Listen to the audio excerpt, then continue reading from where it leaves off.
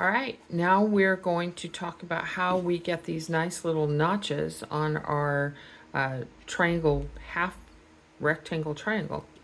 And what you need to know is that on your tool, you have an A side right here with some angles, and you have a B side with some angles. Well, the A side is for this, and when you lay it like this, then you go ahead and trim it and cut off that point so that you have a notched edge. Then you go ahead, and I'm going to rotate this a little bit so that I am not cutting across myself. Again, lay up your lines, trim it, and now you have notched edges. Taking the two notched edges to and double check that they're all laying out right. This is how I do it. I lay it out and look at it and go, okay, my angle's correct. Then I flip one over the other. I match those notched edges, match up the edge.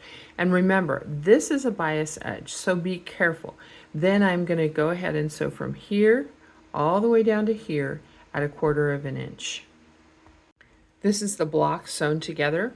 On this one, I did go ahead and press the seams open so you can see that, and it's nice and neat.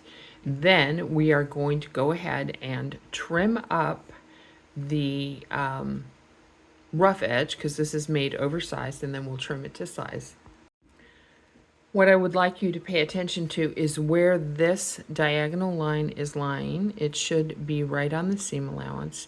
If you're a right-handed cutter, then you will cut up on your right and over on your left.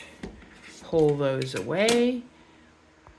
Flip the block around. Relay out your tool. And this we're going to trim up to 5.5, 2.5 by 5.5. Again, on your right and then across your top, and now you have perfect little half rectangle blocks. These are some I have made up. I was just playing with scraps, so this is what I would like to show you. We've got some leaning that way where I've got the patterned pieces together. I could flip it and do a solid pieces together. You can also do, I need to get my other piece here. This would be another option you could lay out.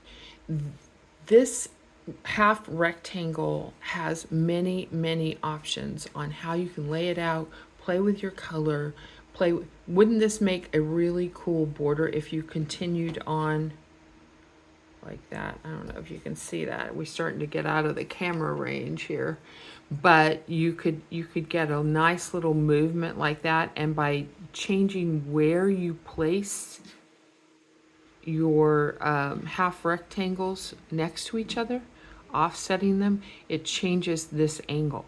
And so lots of options here.